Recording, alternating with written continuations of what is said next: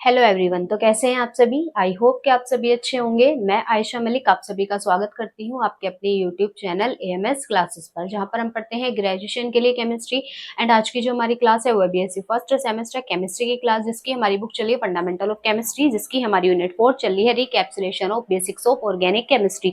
तो उसका आज का हम अपना मोस्ट इंपोर्टेंट टॉपिक पढ़ने वाले हैं, हाइपर कॉन्जुगेशन इफेक्ट। ठीक है, तो थोड़ी सी तबीयत ठीक नहीं रह पा रही है, इसी वजह से आपकी क्लासेस डिले हो रही है। कल आपको क्लास नहीं मिल पाई है, उसके लिए मैं माफी चाहूंगी सभी से। बाकी आप टेंशन मत लो, जैसे भी होगा मैं आपका सिलेबस कंप्लीट कराऊंगी इंशाल्लाह जरूर। ठीक है, तो इस बात की कोई भी टेंशन मत लेना, चाहे कुछ भी हो मैं आपका सिलेबस जरूर कंप्लीट कराऊंगी। बीच में मैं आपको कोई ऐसा धोखा नहीं दूंगी, ठीक है ना। तो चलिए, हाइपर कॉन्जुगेशन इफेक्ट क्या होता है। हाइपर कॉन्जुगेशन इफेक्ट को हम हिंदी में अति संयुग्मन प्रभाव भी बोलते हैं। ये क्या होता है, जब सिग्मा बॉन्ड और पाई बॉन्ड के इलेक्ट्रॉन आपस में क्या हो, कॉन्जुगेशन में। कॉन्जुगेशन का मतलब हो कि भाई सिग्मा बॉन्ड डबल बॉन्ड और फिर सिग्मा सिग्मा डबल सिग्मा, इस तरीके से कॉन्जुगेशन में हो, तब उनके इलेक्ट्रॉन के बीच हमेशा क्या होता है, ट्रांसफर होता है। मीन सिग्मा वाले इलेक्ट्रॉन पाई वाले इलेक्ट्रॉन के पास चले जाते हैं, इस तरीके से उनमें क्या हो जाता है, ट्रांसफर हो जाता है। इस वजह से जो प्रभाव क्रिएट होता है उसी को हम बोल देते हैं हाइपर कॉन्जुगेशन इफेक्ट। अब इस प्रभाव में एक चीज और होती है जिसकी वजह से हम इसको बोलते हैं no bond resonance. Sigma bond और पाई बॉन्ड के इलेक्ट्रॉन के बीच ये जो ट्रांसफर हुआ, इसको हम रेजोनेंस भी बोल देते हैं। रेजोनेंस में ही ऐसा होता है कि सिग्मा बॉन्ड और पाई बॉन्ड के इलेक्ट्रॉन आपस में क्या होते हैं, डिलोकलाइज्ड होते हैं। मैंने आपको जब रेजोनेंस पढ़ाया था, रेजोनेंस एनर्जी पढ़ाई थी, तो उसमें बताया था। आगे हम रेजोनेंस इफेक्ट भी डिस्कस करेंगे, तो उसमें आपको ये बात क्लियर हो जाएगी। तो फिलहाल यही समझिए कि रेजोनेंस में भी ऐसा ही होता है कि सिग्मा बॉन्ड और पाई बॉन्ड के इलेक्ट्रॉन आपस में क्या होते हैं, कॉन्जुगेशन में आते हैं, जिससे उनमें क्या होता है, ट्रांसफर होता है इलेक्ट्रॉनों का। ठीक है, कॉन्जुगेशन में आने की वजह से। अब क्या होता है यहाँ पर नो बॉन्ड रेजोनेंस क्यों बोला, क्योंकि इसमें जब इलेक्ट्रॉनों का ट्रांसफर होता है तो कार्बन और हाइड्रोजन के बीच जो सिंगल बॉन्ड होता है वो क्या हो जाता है, गायब हो जाता है, जिसकी वजह से उसे हम बोल देते हैं नो बॉन्ड रेजोनेंस। ठीक है, तो जब हम इसकी हाइपर कॉन्जुगेटिंग स्ट्रक्चर बनाएंगे ना, तब आपको वो बात क्लियर हो जाएगी। वहां पर मैं आपको एक ब्रेक स्ट्रक्चर बना के बताऊंगी कैसे बनाते हैं हम हाइपर कॉन्जुगेटिंग स्ट्रक्चर। वहां पर आप खुद देखोगे कि कार्बन और हाइड्रोजन के बीच का जो सिंगल बॉन्ड होता है वो क्या हो जाता है, गायब हो जाता है, जिसकी वजह से हम इसको बोल देते हैं नो बॉन्ड रेजोनेंस। ठीक है, अब इसकी एक बार थ्योरी देख लीजिए। टॉपिक हाइपर कॉन्जुगेशन इफेक्ट, इसका दूसरा नाम और सिग्मा पाई कॉन्जुगेशन भी हम इसको बोलते हैं, और नो बॉन्ड रेजोनेंस। तो कभी कभी ऑब्जेक्टिव में आपका ये क्वेश्चन आ जाता है कि नो बॉन्ड रेजोनेंस को हम क्या बोलते हैं, तो उसमें आपको ऑप्शन दे देगा resonance effect, hyper conjugation effect, inductive effect. तो आपको याद रखना है किसको हम बोलते हैं, हाइपर कॉन्जुगेशन इफेक्ट को। ठीक है, ऐसे ही आपके ऑब्जेक्टिव क्वेश्चंस बनते हैं। If the electrons of sigma and pi bond are in conjugation with each other, अगर सिग्मा बॉन्ड के यानी सिंगल बॉन्ड के और डबल बॉन्ड के इलेक्ट्रॉन्स आपस में कॉन्जुगेशन में होते हैं, then the transfer of electron between sigma and pi bond is known as hyperconjugation effect. तब सिग्मा बॉन्ड और पाई बॉन्ड के इलेक्ट्रॉनों के बीच में क्या होता है, स्थानांतरण होता है, जिसे ही हम क्या बोल देते हैं, hyper conjugation effect. In hyper conjugating structure अति संयुग्मित संरचनाओं में of compounds a sigma bond between carbon and hydrogen will disappear. क्या हो जाता है, सिग्मा बॉन्ड गायब हो जाता है कार्बन और हाइड्रोजन के बीच, ये मैंने अभी आपको बताया ही है। So it is also known as no bond resonance, इसीलिए हम इसको नो बॉन्ड रेजोनेंस भी बोल देते हैं। ठीक है, अब इसके बाद हाइपर कॉन्जुगेशन की दो कंडीशंस होती हैं, जैसे मैंने आपको टोटोमेरिज्म पढ़ाई थी कि उसमें भी दो कंडीशन में पाई जाती है। इसी तरीके से अब आप समझिए कि हाइपर कॉन्जुगेशन इफेक्ट किन किन कंडीशन में हमारा होगा या पाया जाएगा। अब उसके लिए दो कंडीशन ये है कि पहली कंडीशन क्या है, पहली कंडीशन इसकी ये है कि कार्बन एटम आपका कैसा होना चाहिए, sp2 हाइब्रिडाइज। अब मैंने ये बात आपको क्लियर कराई दी है। हाइब्रिडाइजेशन हम कैसे निकाल सकते हैं, डायरेक्ट z की वैल्यू निकाल लो। z की वैल्यू कैसे निकलती है, सिग्मा बॉन्ड की संख्या प्लस अगर लोन पेयर है सेंट्रल एटम पर तो उनको हम ऐड कर देते हैं, तब z की वैल्यू आ जाती है। उसके लिए आपको वो टेबल याद करनी है, z की वैल्यू 2 है तो sp आएगी आपकी हाइब्रिडाइजेशन, z की वैल्यू 3 है तो sp2, z की वैल्यू 4 है तो sp3। ठीक है, तो इसी तरीके से हम हाइब्रिडाइजेशन निकाल के देखेंगे। तो अगर कार्बन एटम की sp2 हाइब्रिडाइज्ड है, उसमें कार्बन एटम कैसा है, sp2 हाइब्रिडाइज्ड है, तो उसमें हमेशा आपकी हाइपर कॉन्जुगेशन इफेक्ट काम करेगा। दूसरा यानी क्या होगा, उसके इलेक्ट्रॉनों के बीच स्थानांतरण होगा सिग्मा और पाई बॉन्ड के इलेक्ट्रॉनों के बीच। अब सेकंड कंडीशन ये है कि इसमें कम से कम एक अल्फा हाइड्रोजन एटम भी जरूर होना चाहिए। अब अल्फा हाइड्रोजन मैंने आपको जब टोटोमेरिज्म पढ़ाई थी वहां पर भी क्लियर करा दिया था, यहाँ पर भी एक बार रिपीट कर देती हूँ अल्फा हाइड्रोजन कौन सा होता है? जब फंक्शनल ग्रुप के जस्ट बराबर वाला कार्बन है वो कहलाता है आपका अल्फा फंक्शनल ग्रुप। मींस जैसे डबल बॉन्ड है आपका, उसके जस्ट बराबर वाला कार्बन, डबल बॉन्डेड कार्बन, उनके जस्ट बराबर वाला कार्बन अल्फा, और उस पर जो हाइड्रोजन होगा उसको हम बोल देते हैं अल्फा हाइड्रोजन। ठीक है, तो अल्फा हाइड्रोजन होना चाहिए कम से कम एक, और दूसरा कार्बन एटम कैसा होना चाहिए? sp2 hybridise. ठीक है, तो ये इसकी दो कंडीशन है, फटाफट से इसको आप नोट कर लीजिए।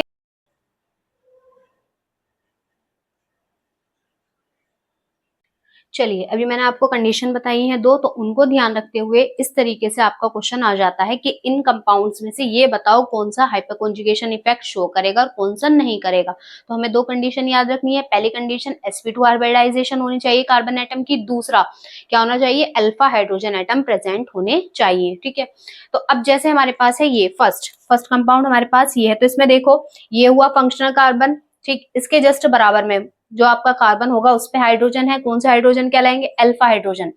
अल्फा हाइड्रोजन कितने हैं यहाँ पर आपको दिख रहे हैं? तीन है, तीन हो गए अल्फा हाइड्रोजन हो गए। पहली कंडीशन हो गई हमारी सेटिस्फाई। सेकंड कंडीशन क्या था कि कार्बन एटम कैसा होना चाहिए? sp2 hybridised. अब इस वाले कार्बन एटम को देखो, देखो कैसे देखोगे? अब इस वाले कार्बन एटम को देखिए, ये sp2 है या नहीं है, इसकी हाइब्रिडाइजेशन। एक हाइड्रोजन ये रहा, एक हाइड्रोजन ये रहा, मीन सिंगल बॉन्ड से तो जुड़ा हुआ होगा ना ये हाइड्रोजन। तो एक सिंगल बॉन्ड, एक सिंगल बॉन्ड, दो सिंगल बॉन्ड हो गए। यहाँ पर एक सिग्मा एक पाई होता है, पता है सभी को। तो यहाँ पर ये कैसा होगा? देखो एक सिग्मा ये हो गया, एक ये, एक ये, तीन सिग्मा। तीन सिग्मा का मतलब Z की वैल्यू 3, Z की वैल्यू 3 का मतलब sp2। ठीक है, सिमिलरली इसी तरीके से इस कार्बन को देखोगे तो कैसा कार्बन है? देखो दो और एक तीन, तीन सिग्मा दिख रहे हैं, तो ये भी कैसा हुआ? sp2। तो sp2 है, तो इसमें आपका हाइपर कॉन्जुगेशन हो जाएगा। तो ये आपका राइट हुआ। सेकंड, इस कंपाउंड में देखते हैं। देखिए ये वाला ग्रुप देखो, यहाँ पर इन वाले कार्बन्स को देखना है हमें। ठीक, अब इन वाले कार्बन्स में देखिए एक हाइड्रोजन ये रहा, एक ये रहा, एक ये रहा, तीन है, तो ये कैसा हुआ? sp2। ये वाला भी सिमिलरली कैसा होगा? sp2। ये वाला तो कैसा हो जाएगा? sp3 हो जाएगा। और वैसे भी ये वाले कार्बन, दोनों कार्बन देखो, अब यहाँ पर इस फंक्शनल ग्रुप के जस्ट बराबर वाला कार्बन अल्फा कार्बन होगा, इस पर जो हाइड्रोजन है अल्फा हाइड्रोजन, तो अल्फा हाइड्रोजन यहाँ पर कितने हैं? 3। यहाँ पर भी सेम भाई, फंक्शन ग्रुप तो ये वाला भी है ना, यहाँ पर भी ये वाला कार्बन डबल बॉन्ड से जुड़ा हुआ है, फंक्शनल कार्बन कहलाएगा ये भी।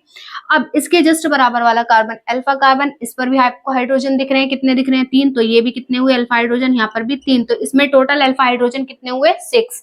ठीक है, अब इस वाले में देखो अल्फा हाइड्रोजन भी होने चाहिए और sp2 हाइब्रिडाइजेशन भी होनी चाहिए कार्बन एटम्स की। अब यहाँ पर देखोगे, यहाँ पर देखो दो और एक तीन, एक सिग्मा एक पाई, दो और एक तीन, तीन सिग्मा है, तो z की वैल्यू 3 मींस sp2, और ये वाला भी sp2। लेकिन यहाँ पर एक कंडीशन तो हो गई, सेकंड कंडीशन थी अल्फा हाइड्रोजन भी होने चाहिए। यहाँ पर कहीं आपको अल्फा कार्बन दिख रहा है, उस पर ना ही कार्बन है ना ही हाइड्रोजन है। जब कार्बन नहीं है तो हाइड्रोजन भी नहीं होगा। तो यहाँ पर क्या है? एक भी अल्फा हाइड्रोजन नहीं है, इसलिए इसमें हाइपर कॉन्जुगेशन इफेक्ट नहीं होगा। इस तरीके से हम देखते हैं। अब जैसे यहाँ पर है सेम, यहाँ पर इस कार्बन को देखो कैसा है? दो और एक तीन, तीन सिग्मा है, तो इसका मतलब क्या है? sp2। sp2 हाइब्रिडाइजेशन, और इसके जस्ट बराबर वाला कार्बन कैसा होगा? अल्फा कार्बन, इस पर आपको कितने हाइड्रोजन दिख रहे हैं? 3। तो इसमें भी आपका क्या हो जाएगा? हाइपर कॉन्जुगेशन इफेक्ट, और इसको बोलते हैं हम कार्बोनियम आयन। मीन्स इसे ये आपके जब हम वो पढ़ेंगे ना रिएक्शन इंटरमीडिएट्स, वहां पर आपको ये आएगा कार्बोनियम आयन, कार्बन आयन, ये क्या होते हैं। फिलहाल इस पर ये जो कार्बन है इस पर पार्शियल पॉजिटिव चार्ज होता है, इसको हम बोलते हैं कार्बोनियम आयन, और इसकी हाइब्रिडाइजेशन हमेशा sp2 होती है, इसलिए इसमें भी आपका हाइपर कॉन्जुगेशन इफेक्ट जरूर होगा। ठीक है, तो पहला तो आपका सिग्मा पाई में होगा जरूर, पहली कंडीशन तो पहला। अभी मैं जब आपको टाइप्स लिखवाऊंगी ना तो उसमें यही चीजें आपको देखनी है, यहाँ पर मैं आपको क्लियर करती चल रही हूँ। पहला टाइप इसका सिग्मा पाई कॉन्जुगेशन में होगा हाइपर कॉन्जुगेशन, सेकंड सिग्मा और किसमें? कार्बोनियम आयन में। ठीक है, फिर नेक्स्ट होगा सिग्मा फ्री रेडिकल में। यहाँ पर भी देखो सिग्मा और कार्बोनियम आयन था ना, इनके बीच में ये यहाँ पर क्या हो जाएगा? हाइपर कॉन्जुगेशन हो जाएगा। इसी तरीके से सिग्मा फ्री रेडिकल, जैसे ये है सिग्मा और फ्री रेडिकल, इनमें भी आपका हाइपर कॉन्जुगेशन इफेक्ट होता है। क्यों होता है? देखिए सेम वही, ये भी कंडीशन सेटिस्फाई करेगा, इसलिए तो हो रहा है। देखो दो और एक तीन, ये सिंगल बॉन्ड है, ये मैंने अभी टिक किया है ना तो इस वजह से लग रहा होगा डबल बॉन्ड। देखो दो और एक तीन, तीन सिग्मा है तो sp2। ठीक, ये वाला कार्बन भी कैसा हुआ? sp2, और इस पर आपके दिख रहे हैं आपको अल्फा हाइड्रोजन कितने हैं? 3। तो इसमें भी आपका हाइपर कॉन्जुगेशन इफेक्ट होता है, ये कहलाता है आपका सिग्मा फ्री रेडिकल टाइप का हाइपर कॉन्जुगेशन का। अब नेक्स्ट जैसे हमारे पास है ये, यहाँ पर आप देखोगे, देखिए ये वाला कार्बन देखो, इसकी हाइब्रिडाइजेशन एक एच ये रहा, एक मतलब एक सिग्मा, दो सिग्मा हो गए। अब एक ये रहा यहाँ पर तीन, भाई देखो ये वाला भी बॉन्ड काउंट होगा, ये वाला भी होगा, ये वाला भी होगा, एक दो तीन, और एक ये भी। नेगेटिव चार्ज का क्या मतलब है, फ्री इलेक्ट्रॉन, इलेक्ट्रॉन पेयर, और इलेक्ट्रॉन पेयर की संख्या भी काउंट हो जाएगी। जब हम हाइब्रिडाइजेशन निकालेंगे तो आपको पता है लोन पेयर भी उसमें काउंट होते हैं, ठीक है। तो Z की वैल्यू कितनी आ जाएगी यहाँ पर, एक दो तीन और एक चार, Z की वैल्यू 4, तो मीन्स sp3, इस कार्बन की हाइब्रिडाइजेशन निकल गई sp3, तो इसमें आपका हाइपर कॉन्जुगेशन इफेक्ट नहीं होगा। हालांकि इसमें आपके अल्फा हाइड्रोजन है, लेकिन इसमें हाइपर कॉन्जुगेशन इफेक्ट नहीं होगा, क्योंकि इसमें कार्बन एटम की हाइब्रिडाइजेशन क्या है, sp3। तो इस तरीके से हम इसके क्वेश्चंस देखेंगे, ठीक है। आपको ऐसे ही देखना है सभी को, पहले आप दोनों कंडीशन देखोगे कि सेटिस्फाई है या नहीं है, तभी आपका हाइपर कॉन्जुगेशन इफेक्ट होता है, ठीक है। तो आई होप आप सभी को यहाँ तक का क्लियर हुआ हो। तो फटाफट से इसका स्क्रीनशॉट लीजिए, इसके बाद हम इसके टाइप्स देखते हैं। चलिए, हाइपर कॉन्जुगेशन इफेक्ट जो होता है वो हमारा तीन तरीके का होगा, मीन्स तीन तरीके में, तीन जगह वो हमारा ऑब्जर्व होगा, पाया जाएगा। कहाँ कहाँ, पहला सिग्मा और पाई कॉन्जुगेशन, पहला तो यही हम पढ़ते हुए आ रहे हैं, सिग्मा पाई कॉन्जुगेशन। हमने इसीलिए बोला था इसको कि सिग्मा और पाई बॉन्ड आपस में कॉन्जुगेशन में होंगे तो उनके इलेक्ट्रॉन के बीच क्या होगा, ट्रांसफर होगा, जिसकी वजह से हाइपर कॉन्जुगेशन इफेक्ट होगा। अब दूसरा क्या है कि सिग्मा और पॉजिटिव, अगर सिग्मा और पॉजिटिव आपको दिख रहे हैं तब भी वहां पर आपका क्या होगा, हाइपर कॉन्जुगेशन इफेक्ट होगा। थर्ड, सिग्मा और फ्री रेडिकल आपके कॉन्जुगेशन में है, तब वहां पर भी हाइपर कॉन्जुगेशन इफेक्ट लगेगा, ठीक है। तो उसी के आधार पर हमने हाइपर कॉन्जुगेशन इफेक्ट को तीन भागों में बांट दिया है, ठीक है। तो यही है types of hyper conjugation. Hyper conjugation effect can be divided into three parts, तीन भागों में बांट दिया हमने उसको। पहला, sigma pi conjugation, such type of hyper conjugation. अब सिग्मा पाई किसमें देखने को मिलेगा आपको, एल्कीन्स में। एल्कीन्स में आपका डबल बॉन्ड होता है, इससे पहले सिग्मा बॉन्ड, तो वहां पर आपका हाइपर कॉन्जुगेशन इफेक्ट दिखाई देगा। तो such type of hyper conjugation is observed in alkenes. इस प्रकार का सिग्मा पाई कॉन्जुगेशन का जो प्रकार है, इस तरीके का जो हाइपर कॉन्जुगेशन है वो देखने को मिलता है किसमें, एल्कीन्स में। जैसे एग्जांपल ये रहा CH3 CH double bond CH2, तो यहाँ पर आपको दिख रहा है सिग्मा और पाई कैसे हैं, कॉन्जुगेशन में है, तो ये आपका किस में देखने को मिलता है, ये वाला कॉन्जुगेशन एल्कीन्स में, ठीक। सेकंड होता है सिग्मा पॉजिटिव कॉन्जुगेशन, ये आपको मिलेगा कार्बोनियम आयन में। जब अब मैंने आपको एग्जांपल दिखाया था तो वहां पर यही तो हो रहा था, सिग्मा और पॉजिटिव कॉन्जुगेशन में थे, जिससे उनमें हाइपर कॉन्जुगेशन इफेक्ट लगेगा। वहां पर आपको देख रही थी दोनों कंडीशन सेटिस्फाई हो रही थी, तो हाइपर कॉन्जुगेशन इफेक्ट उनमें होगा। तो सेम यही लिखा है, such type of hyper conjugation is observed in carbonium ion. इस प्रकार का हाइपर कॉन्जुगेशन देखने को मिलेगा किसमें, कार्बोनियम आयन में, ठीक है। जैसे ये था CH3 CH2, अब यहाँ पर जो हमने देखा था तो यहाँ पर ये वाला कार्बन कैसा था, sp2 था, और यहाँ पर अल्फा हाइड्रोजन एटम थे, तो इसलिए इसमें क्या हो रहा था, हाइपर कॉन्जुगेशन इफेक्ट लग रहा था। Third, sigma free radical, sigma और फ्री रेडिकल का मीन्स एक इलेक्ट्रॉन इस तरीके से अगर होता है तो वहां पर भी आपका हाइपर कॉन्जुगेशन इफेक्ट लगेगा। क्यों, क्योंकि इसमें भी आपकी sp2 हाइब्रिडाइजेशन हो जाती है और अल्फा हाइड्रोजन होते हैं, तो इसलिए इसमें क्या होगा, आपका हाइपर कॉन्जुगेशन इफेक्ट लगेगा। तो such type of hyper conjugation is observe in free radical. इस प्रकार का हाइपर कॉन्जुगेशन देखने को मिलता है किसमें, फ्री रेडिकल्स में, ठीक है। तो आई होप आप सभी को यहाँ तक का अच्छे से क्लियर हुआ हो। तो फटाफट से इसका भी स्क्रीनशॉट ले लीजिए। चलिए, यहाँ पर मैंने दो कंपाउंड्स लिख दिए हैं, इनकी हमें हाइपर कॉन्जुगेटिंग स्ट्रक्चर बनानी है। अब यहाँ पर आपका ऑब्जेक्टिव क्वेश्चन आएगा तो वहां पर आपको ड्रॉ करने की जरूरत नहीं है, उसके लिए मैं आपको एक चीज बता दूंगी, एक फॉर्मूला बता दूंगी, जिससे आपको पता चल जाएगा किस कंपाउंड की कितनी हाइपर कॉन्जुगेटिंग स्ट्रक्चर्स बन सकती हैं अगर उसमें हाइपर कॉन्जुगेशन इफेक्ट लग रहा है, ठीक है। तो अब देखिए, ये आपको थोड़ा सा बनाना आना चाहिए, पता होना चाहिए कि क्या होता है इसमें। अभी मैंने आपको बताया था ना कि कार्बन और हाइड्रोजन के बीच का बॉन्ड गायब हो जाता है, जिसकी वजह से हम इसको नो बॉन्ड रेजोनेंस बोल देते हैं, तो वो हमें समझ आ जाएगा यहाँ पर स्ट्रक्चर जब हम ड्रॉ करेंगे। तो देखिए, जैसे हमारे पास है ये कंपाउंड, अब इसमें हम देखेंगे हाइपर कॉन्जुगेशन इफेक्ट तो लग रहा है, क्योंकि देखो यहाँ पर कौन सा टाइप है, सिग्मा और पाई कॉन्जुगेशन दिख रहा है, तो इसमें आपका हाइपर कॉन्जुगेशन इफेक्ट होगा। ये जो मैंने आपको तीनों टाइप्स लिखाए ये इसलिए लिखाए हैं ताकि आपको पता चल जाए कि सिग्मा और पाई अगर दिख रहे हैं कॉन्जुगेशन में तो मीन्स एल्कीन्स, ये आपकी एल्कीन्स है ना, एल्कीन्स में आपका हाइपर कॉन्जुगेशन इफेक्ट होगा, पाया जाएगा। सेकंड, सिग्मा और पॉजिटिव मींस कार्बोनियम आयन में भी होगा। और थर्ड, सिग्मा और फ्री रेडिकल अगर कॉन्जुगेशन है मींस फ्री रेडिकल्स में भी आपका क्या होता है, हाइपर कॉन्जुगेशन इफेक्ट लगता है। ठीक है, तो अब यहाँ पर ये एल्कीन्स, तो एल्कीन्स में हाइपर कॉन्जुगेशन इफेक्ट होगा। ये sp2 होता है, ये वाला कार्बन भी, ये वाला भी sp2 होगा, और ये वाला हो जाता है sp3। इससे हमें कोई लेना देना है नहीं। इसमें हमें अब क्या देखना है, अल्फा हाइड्रोजन कितने हैं, 3 है। अल्फा हाइड्रोजन कितने हैं, 3। तो जब हम इसकी हाइपर कॉन्जुगेटिंग स्ट्रक्चर ड्रॉ करेंगे तो कैसे करेंगे, देखिए इसको सी। अब इस पे 3 हाइड्रोजन को इस तरीके से खोल के दिखा देना, इस तरीके से। ठीक है, यहाँ पर CH डबल बॉन्ड CH2 इसी तरीके से। अब ये क्या होगा, देखिए यहाँ पर, अब ये है अल्फा हाइड्रोजन। मैंने आपको जब प्रोटोमेरिज्म बताई थी तो वहां पर भी आपने कीटोइनोल फॉर्म पढ़ी थी, तो वो किस वजह से बनती है, हाइड्रोजन के मूवमेंट की वजह से। तो ये भी हाइपर कॉन्जुगेटिंग स्ट्रक्चर भी आपकी इनके मूवमेंट की वजह से ही क्रिएट होती है। अब ये क्या होगा, ये वाला हाइड्रोजन होते हैं, ये हाइड्रोजन फ्रीली रहते हैं। अल्फा हाइड्रोजन का मतलब क्या है, ये कुछ समय के लिए गायब हो जाएंगे, मतलब घूमते हैं ये। ठीक है, फ्रीली घूम सकते हैं कि भाई यहाँ पर भी ट्राई कर कर आ जाए, घूम कर आ जाए, तो इनका मन कर जाता है कि जरा इधर भी हम देख कर आ जाए, तो ऐसे ही करते हैं। अब यहाँ पर क्या होगा, ये वाला जो हाइड्रोजन है ये यहाँ से आ जाएगा कि भाई मैं बोर हो गया कुछ टाइम के लिए, तो मैं घूम आऊं जरा, ये यहाँ से निकला। जब ये यहाँ से निकलेगा तो यहाँ पर क्या आ जाएगा, इस वाले कार्बन पे नेगेटिव चार्ज आ जाएगा। ठीक, इस पर पॉजिटिव रहेगा। अब ये वाला बॉन्ड तो टूट गया, अब सिमिलरली ये वाला बॉन्ड टूट जाएगा इधर, ये हाइड्रोजन इधर आया, ये वाला बॉन्ड इधर टूट गया, तो इस पर आया आपका क्या, नेगेटिव चार्ज, इस पर पॉजिटिव। अब ये पॉजिटिव नेगेटिव मिलकर क्या बना लेंगे, डबल बॉन्ड बना लेंगे। तो इसकी स्ट्रक्चर क्या हो जाती है, देखिए यहाँ पर क्या हो जाएगी, और इन दोनों के बीच का बॉन्ड क्या हो जाएगा, गायब हो जाता है। इसीलिए मैंने आपको बताया था कि कार्बन और हाइड्रोजन के बीच का बॉन्ड गायब हो जाएगा, इसलिए हम इसको नो बॉन्ड रेजोनेंस भी बोल देते हैं। तो इसकी स्ट्रक्चर क्या बन जाएगी, CH, C, यहाँ पर H, और यहाँ पर क्या आ जाएगा, पॉजिटिव चार्ज आ जाएगा इधर, और यहाँ पर क्या हो जाएगा, C double bond CH single bond CH2 negative. एक ही हो गया।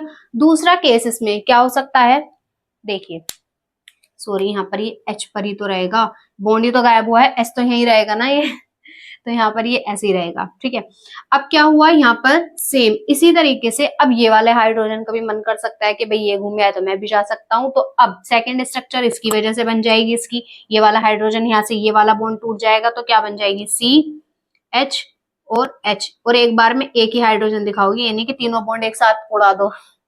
यहाँ पर C डबल बॉन्ड CH और CH2 नेगेटिव। अब इसी तरीके से क्या होगा, ये वाले हाइड्रोजन भाई साहब भी जा सकते हैं, इन्हें भी घूमना हो सकता है, ये भी भाई दो दो चले गए तो मैं भी क्यों नहीं जा सकता, तो ये भी जा सकता है। तो इसकी वजह से अभी स्ट्रक्चर क्रिएट हो जाएगी, CH, CH और यहाँ पर H पॉजिटिव। ठीक, double bond CH CH2 minus. तो ये इसकी कितनी हाइपर कॉन्जुगेटिंग स्ट्रक्चर बनी, एक ये हुई फर्स्ट, ये सेकंड, ये थर्ड। इस तरीके से ये बनती है आपकी हाइपर कॉन्जुगेटिंग स्ट्रक्चर। ठीक है, इसी तरीके से हम सेकंड कंपाउंड की ड्रॉ कर लेंगे। तो फटाफट से आप इसका स्क्रीनशॉट ले लीजिए, क्योंकि बोर्ड थोड़ा सा छोटा है तो यही हो पाया है इसमें। मैं सोच रही थी दोनों हो जाएंगे, स्पेस नहीं है। ठीक है, तो आप यहाँ तक का फटाफट स्क्रीनशॉट लीजिए, इसके बाद हम नेक्स्ट की बनाएंगे। चलिए, नेक्स्ट कंपाउंड जैसे हमारे पास है ये, इसकी हमें हाइपर कॉन्जुगेटिंग स्ट्रक्चर ड्रॉ करनी है। सेम वही तरीका रहेगा, यहाँ पर भी एल्कीन है, इसमें हाइपर कॉन्जुगेशन इफेक्ट होगा, इसकी स्ट्रक्चर ड्रॉ हो सकती है। अब यहाँ पर इस वाले कार्बन, ये वाले कार्बन कौन सा होगा, ये वाला कार्बन अल्फा। अब जस्ट बराबर वाली पोजिशन ये तो होती है अल्फा, इसके बराबर वाली देखने लगोगे तो ये बेटा होगी, इनको मत काउंट कर लेना। तो इसमें टोटल कितने अल्फा हाइड्रोजन है, 2। कितने, 2। ठीक, तो अब इसको लिखो जैसे CH3, C एक हाइड्रोजन ये रहा, एक हाइड्रोजन ये रहा, और CH डबल बॉन्ड CH2, ये हो गई इसकी स्ट्रक्चर। अब इसमें हम क्या कर सकते हैं, देखिए वहां पर हमने क्या किया था, इस हाइड्रोजन को इस तरीके से लेके थे, वाला बॉन्ड इधर तोड़ दिया था, तो इस पर क्या गया था, नेगेटिव चार्ज। अब जिधर की तरफ बॉन्ड टूटता है, सभी को पता होगा, इतनी बेसिक बात तो सभी को नॉलेज होगी कि वहां पर नेगेटिव चार्ज आता है। ठीक है, अपोजिट साइड का जाएगा पॉजिटिव चार्ज। अब हम सेम ऐसे भी तो कर सकते हैं, इस बॉन्ड को इधर तोड़ सकते हैं और इसको इधर तोड़ सकते हैं उल्टा। ठीक, तो अगर हम इस तरीके से बॉन्ड तोड़ते हैं तो इस पर आ जाएगा नेगेटिव चार्ज, और जब यहाँ से ऐसे बॉन्ड तोड़ा, इस वाले पे नेगेटिव, इस पे क्या, पॉजिटिव। अब यहाँ पर इस पर क्या जाएगा, पॉजिटिव, इस पे नेगेटिव। अब ये पॉजिटिव नेगेटिव मिलकर क्या बना लेंगे, बॉन्ड। तो अब इन दोनों कार्बन के बीच क्या बन जाएगा, डबल बॉन्ड बन जाएगा। तो स्ट्रक्चर क्या बन जाएगी, यहाँ से तो बॉन्ड गायब हो गया, अब यहाँ पर बन गया CH3, C यहाँ से बॉन्ड गायब, CH नेगेटिव, इस बार क्या है इस पर नेगेटिव, क्योंकि हमने बॉन्ड इधर की तरफ तोड़ा है, negative. C double bond CH, यहाँ इन दोनों के बीच डबल बॉन्ड बन जाएगा, यहाँ पर सिंगल बॉन्ड CH2 पॉजिटिव। ठीक, एक हाइड्रोजन और है इसके पास, ये रहे ना 2 हाइड्रोजन थे। अब इसी तरीके से सेम ये वाला हाइड्रोजन भी जा सकता है, तो दूसरी स्ट्रक्चर इसकी सेम ऐसी बन जाएगी आपकी CH3 C, ये वाला हाइड्रोजन ऐसे दिखा दो, इस बार यहाँ का हाइड्रोजन हमारा गायब हो गया, इन दोनों के बीच का बॉन्ड डबल बॉन्ड CH और CH2 पॉजिटिव। ठीक है, तो इसी तरीके से हो सकती है, अब तीसरी स्ट्रक्चर्स की बन नहीं सकती। तो यहाँ पर आपको ये बात ध्यान रखनी है जो मैं आपको बता रही थी, कि आपको पता चल जाएगा कंपाउंड्स को देखकर ही कि उसकी कितनी हाइपर कॉन्जुगेटिंग स्ट्रक्चर बनेंगी। तो ये डिपेंड करती है number of alpha hydrogen atom, जितने ज्यादा अल्फा हाइड्रोजन होंगे, मीन्स जितने अल्फा हाइड्रोजन होंगे उतनी ही उसकी स्ट्रक्चर बनेगी, हाइपर कॉन्जुगेटिंग स्ट्रक्चर। ठीक है, ये चीज अभी मैं आपको नोट करके भी लिखवा दूंगी, फिलहाल मैंने आपको ये बता ही दिया है। देखो यहाँ पर आपने देखा होगा 2 अल्फा हाइड्रोजन एटम थे हमारे पास, तो 2 इसकी स्ट्रक्चर बनी है, एक ये बनी है, एक ये। जो हमने फर्स्ट करा था उसमें आपके 3 अल्फा हाइड्रोजन एटम थे, तो उसकी 3 पॉसिबल स्ट्रक्चर बनी थी। तो बस ये डिपेंड करती है अल्फा हाइड्रोजन एटम पर, हाइपर कॉन्जुगेटिंग स्ट्रक्चर उतनी ही बनेंगी जितने की आपके अल्फा हाइड्रोजन एटम प्रेजेंट होंगे। ठीक है, तो आई होप आप सभी को यहाँ तक अच्छे से क्लियर हुआ हो, तो फटाफट से इसका भी स्क्रीनशॉट ले लीजिए। तो चलिए इस वीडियो में इतना ही, आई होप आप सभी को यहाँ तक अच्छे से क्लियर हुआ हो। नेक्स्ट वीडियो में हम अपने डिस्कस करने वाले हैं इसकी एप्लीकेशंस, उनके आप ऊपर ही आपके ज्यादातर क्वेश्चंस आते हैं। इसमें से फिलहाल आपके यही आएगा, हाइपर कॉन्जुगेटिंग स्ट्रक्चर पूछ लेगा, कितनी बन सकती है पॉसिबल, किन किन में हाइपर कॉन्जुगेशन इफेक्ट लग सकता है, ये पूछ लेगा ऑब्जेक्टिव में। या जो अब मैं आपको इंपॉर्टेंट पढ़ाऊंगी इसकी एप्लीकेशंस, उनमें से आपके क्वेश्चन आ जाते हैं, उनमें स्टेबिलिटी पूछ ली जाती है। अब आपको पता है ये 3 चीजों में 3 जगह लगेगा, कहाँ कहाँ, एल्कीन्स में देखने को मिलेगा, कार्बोनियम आयंस में और फ्री रेडिकल्स में। तो इनके ऊपर ही क्वेश्चन आ जाता है कि एल्कीन्स दे देगा आपको बहुत सारी, उनमें आपको देखना है कि कौन स्टेबल होगी। तो हम किसके आधार पर देखेंगे, हाइपर कॉन्जुगेशन इफेक्ट के आधार पर। सेम कार्बोनियम आयंस दे देगा बहुत सारे, उनमें देखना है किसके आधार पर, हाइपर कॉन्जुगेशन इफेक्ट के आधार पर, तब उसमें आप देख लोगे। थर्ड, फ्री रेडिकल्स की स्टेबिलिटी निकालने में। तो ये इसकी एप्लीकेशंस है। ठीक है, तो आई होप आप सभी को यहाँ तक अच्छे से क्लियर हुआ हो। वीडियो आपको अच्छी लगी तो वीडियो को लाइक करें, कमेंट करें एंड शेयर करें, और चैनल को सब्सक्राइब कीजिए। मिलते हैं नेक्स्ट वीडियो में नेक्स्ट टॉपिक के साथ, तब तक अच्छे से पढ़ते रहिए। Thanks for watching.